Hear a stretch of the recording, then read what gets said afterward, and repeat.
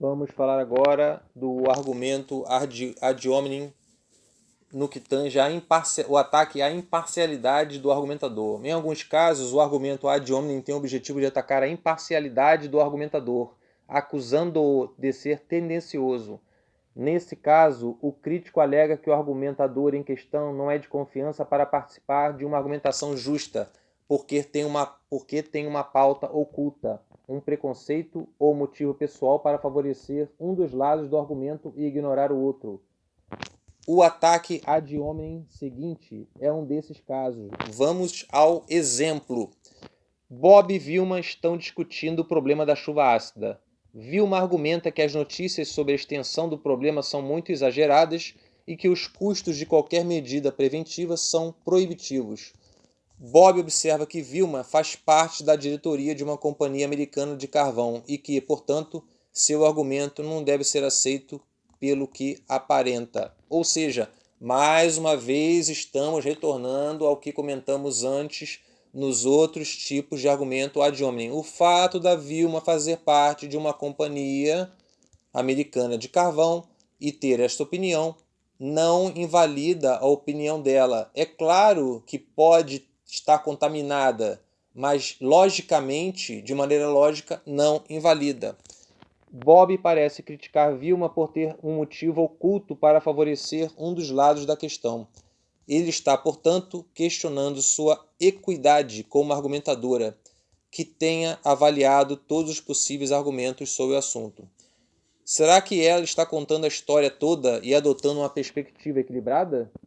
Bob sugere que, como ela não contou, logo de início, que está financeiramente envolvida com a Companhia Americana de Carvão, sua confiabilidade e equidade como argumentadora podem ser questionadas. Realmente, isso é um argumento a favor dele. Como ela não falou que não estava financeiramente envolvida com a companhia, isso pode ser um argumento a favor do Bob, e aí é um argumento ad hominem daquele tipo que não é falacioso. É claro que, neste caso, como em todos os outros, é preciso ter em mente a questão básica de qualquer argumento contra a pessoa. Os argumentos de Vilma podem até estar baseados em boas provas. Mesmo se levarmos em conta que ela faz parte da diretoria de uma companhia de carvão, disso não decorre necessariamente que seus argumentos estejam errados. Portanto, argumentar dessa forma seria usar um tipo falacioso de argumento ad hominem, fazendo ataque à imparcialidade do seu oponente.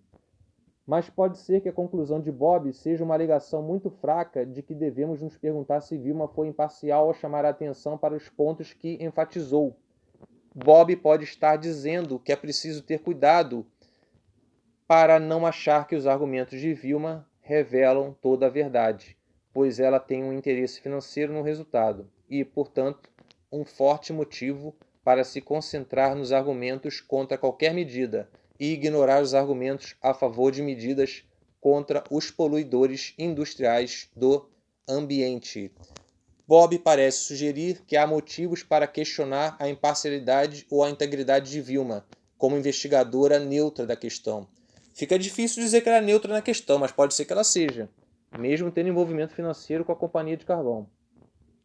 Se ela tivesse dito abertamente, desde o início, que estava tomando partido das companhias industriais, então essa crítica não seria necessária, pois não há nada de errado em argumentar a favor do próprio lado num diálogo persuasivo. O problema foi que ela não disse, e ela não dizendo, ela abriu campo para o Bob dizer que ela estava escondendo, que ela estava ocultando motivos pessoais.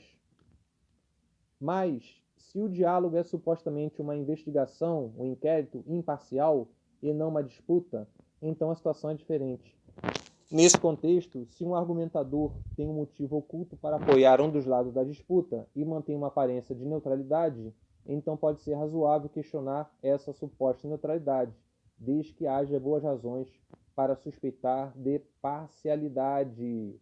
Neste caso, a base para o argumento ad hominem é a alegação de que ocorreu uma mudança dialética, uma mudança de um contexto de diálogo para outro.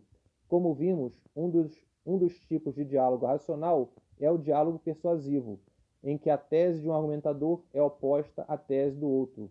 Mas nem todo diálogo racional é um diálogo persuasivo.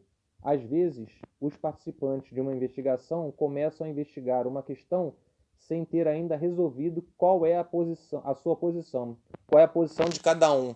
E aí a situação fica complicada depois no decorrer do debate. E a argumentação do tipo investigativo é um contexto diferente do contexto do diálogo persuasivo. Neste tipo de caso, portanto, o argumento contra a pessoa é um desafio à fidelidade de um argumentador às regras e objetivos do diálogo, em que os argumentadores estão supostamente engajados. Fica aí a dica do argumento ad hominem, que se refere ao ataque à imparcialidade.